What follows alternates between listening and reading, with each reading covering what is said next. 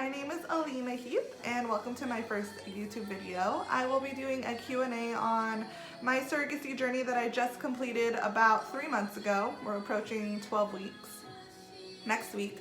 And yeah, so let's just get started. So first question was, why did you do surrogacy? I did surrogacy because I felt a tug at my heart when I saw one of my cousins who went through it while I was actually pregnant with my second, my daughter. And I just was like, wow, that's really awesome. You know, I've actually thought about in the past even caring for my sisters if they were unable to carry. And so I just felt compelled to, you know, look into that some more. Which rolls us into our second question was, how did your husband feel about it? So when I even first ever brought it up to him, I was, like I said, pregnant with our daughter. And he said, you know, how about we just get through this, make sure everything goes really well with her, you know, the birth and everything, and then maybe we can discuss it. He didn't really have any super negative feelings about it. He was just more unsure. So I went ahead and actually asked him this question to get his response, and his response was just that he needed more information in the beginning. He needed to talk to the agency that I was going to go through and just get some more answers to his questions, more or less like, how is this going to impact us? What is the baby like ours at all? Anything like that. You know, I think just pretty standard questions that a man would have. But overall, he was supportive. He's always supportive of things that I wouldn't want to do, especially if it has a positive outcome. So ultimately he was on board, and that's kind of another thing. You have to have your partner be on board and supporting you because it's a very long process, and just pregnancy in general is emotional, you know. It's just, you need to have your partner on board with you, or a support system that's on board with you doing this. Next question. Were your family and friends supportive? Yes, actually, anybody I talked to about it was supportive. If they weren't, I didn't know and I didn't realize. So my family was very supportive. Again, they just had questions, you know, what happens with, you know, if something goes wrong, like, are you going to be okay? Are you taking care of, that kind of thing? So it was mostly concern. They were supportive.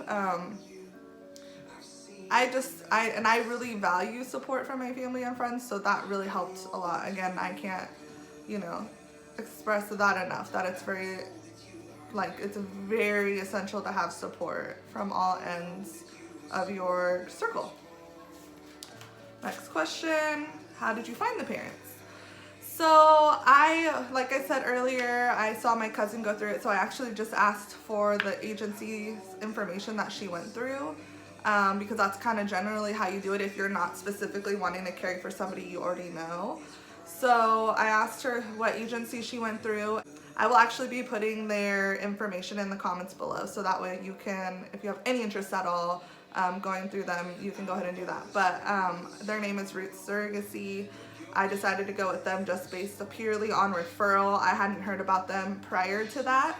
So all I did was I just jumped on their website and filled out my little application form. It's like a profile that you build, kind of answering general questions about like what you're looking for in the journey, things like that. So that's how I found the parents. We both went with this agency. I don't know, I can't remember how they said they found Roots, but that's how we found each other. Let's see. Do you get to check on baby, or was it just business? Actually, that was one thing with filling out my profile that I really made clear, that I wanted a good relationship, at least communicating throughout the whole process. I wanted to be able to potentially have a lifelong new friends that become family. You know, I'm a very in touch person. I like to know how people are feeling throughout this, and just obviously wanted to know too how the baby was going to be doing post delivery and all that. So I definitely do. I do get to check on baby. We began speaking like 2 to 3 times. We would touch base throughout the week, either text or a phone call, the mom and I. And we've just kept that going. And I'm really blessed and so happy and lucky that I got matched with them. They're both awesome, the mom and the dad. Hardest part in pregnancy and labor. I would say just the standard stuff as far as pregnancy goes. I had really bad heartburn, acid reflux, pretty much the whole time, and that was with both my kids and my little belly buddy is what I called him. And then, but I mean, I worked all the way through the pregnancy. That's what I did with my own kids. So I wouldn't say there was anything super hard in pregnancy, just the standard normal stuff. And then in labor was actually, it was the best labor I've had. So this was the third baby I carried, third baby I birthed, and it went really well. It went a lot quicker as far as how long I was in labor for. I did do an epidural and we did do a natural delivery. So everything went really well. I actually couldn't have asked for a better experience. Did this journey make you want any more kids? So little fact that I didn't know until I started this journey, you have to actually be okay with being done having your own kids prior to doing this, just because there's so much stuff that can come up in pregnancy in general that could prevent you from having another child. So I went into this knowing, you know, I have my boy, I have my girl, I don't need any more kids. I've been blessed with healthy children, and I'm more than happy to give someone, you know, a baby and their baby. I mean, it's not, you know, so did it make me want more kids? No. I went into it knowing I was pretty much done. Hardest part physically and emotionally. Physically, just the, you know, added weight. I worked all the way through. I do hair, and I worked all the way through with all my clients the whole pregnancy. I did with my own 2 children. And so physically, it was just, you know, the uncomfort of just being pregnant, just the usual stuff that comes along with that. Emotionally, hardest part. I don't want to make it seem like there wasn't anything emotionally hard, because there definitely were times, you know, hormones are just crazy, and emotionally, the hardest part, I think emotionally the hardest part, I had a scare come up, but when I was about 16 weeks pregnant, I had what we have actually hasn't been defined of what it was, but we think it was like a subhematoma of some sort. So anyways, I started bleeding in the middle of the night, 16 weeks pregnant. I rushed myself to the ER, you know, it was 2 in the morning, my kids were asleep, and I just got in the car and I went down, and the emotions hit because I go to L&D and they're just like, you have to go to emergency. We don't take anybody in here unless you're 20 weeks or further along. So emotions were just running crazy. I went to the ER, you know, doctors in there are not OB, so they just don't necessarily know exactly everything that's going on. So long story short, I was terrified and it was very emotional. I did not want to have to give the parents, I did not want to have to give the parents that phone call of like, you know, fear. I had to hold it together, and of course I let them know. But anyways, I was sent home, you know, this is a possible miscarriage, and that was like the very like last thing I wanted to do, was to have to give them any bad news, you know, they've already gone through enough. So sorry, I didn't want to cry, but I didn't realize how emotional that was now looking back on that and answering that question. So emotionally, as far as that went, that was really hard. And yeah, but we got through it, everything was fine, and we kept our faith and our prayers going, and it was great. All right, so let's see. How did you feel after baby was given away? It was weird, to be honest, you know. I birthed the baby. Normally baby goes on mom and, well, me, and then you cuddle him, snuggle him, do all that, and he was given straight to his mom. She opted for skin to skin, you know, as soon as she could get him, and I felt so, like, many emotions. I was proud, I was thankful, I was grateful, I was happy for her, I was happy for him.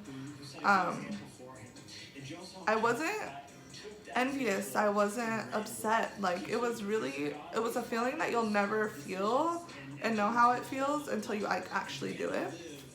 Were you and are you still close to the parents? Yes. We became very close, you know, as things kept progressing, and mom had hope and dad had hope that this was actually going to be successful for them. we grew very close as far as, I mean, as close as we could. We both have our busy day-to-day lives. Me being a mom, salon owner, you know, busy behind the chair. They have their own things that they do for work, and we kept in touch 2 to 3 times a week, like I said, and it was perfect amount, not too much, not too little. So we grew close there. I feel like we actually became a lot closer once he was here. Like, I don't know, like our bond kind of came to life, you know? He was here, life was born, and I feel like we're actually a lot closer now. And yeah, super happy. Let's see. Did you at any point regret your decision, and will you do it again? No, never regretted my decision. Even in that little scare that I had, I didn't regret it. It was a very scary time, but I was still I knew I am doing what I needed to do and what I wanted to do, so I didn't regret that in any way. Even nope, didn't regret it at all. And will you do it again? So I would actually love to do it again for them, and it would be them only, just because I have such a connection with them that I don't necessarily want to have with anybody else. Like, they've become, like I said, family, friends. So I would definitely do it again for them, to give him a little brother or sister. But unfortunately, during labor, I had my two out of 3 times birthing wise, I actually hemorrhaged a good amount of blood. Not enough to need a blood transfusion or anything, but it was enough to where doctors don't necessarily recommend that I even have any more kids, even if I wanted them for myself, just because the risk factor went up a lot higher due to the fact that I have hemorrhaged before. So that will actually be the end of me having any more kids. So yeah. I would love to carry for them again though. Like, honestly, they're the sweetest. They deserve it. That little baby is the cutest thing in the world. So I would definitely do it for them again if I could. Let's see. And last question. Advice for someone who's considering doing surrogacy. Be 100% done and okay with not having any more kids, just in case things come up, you know.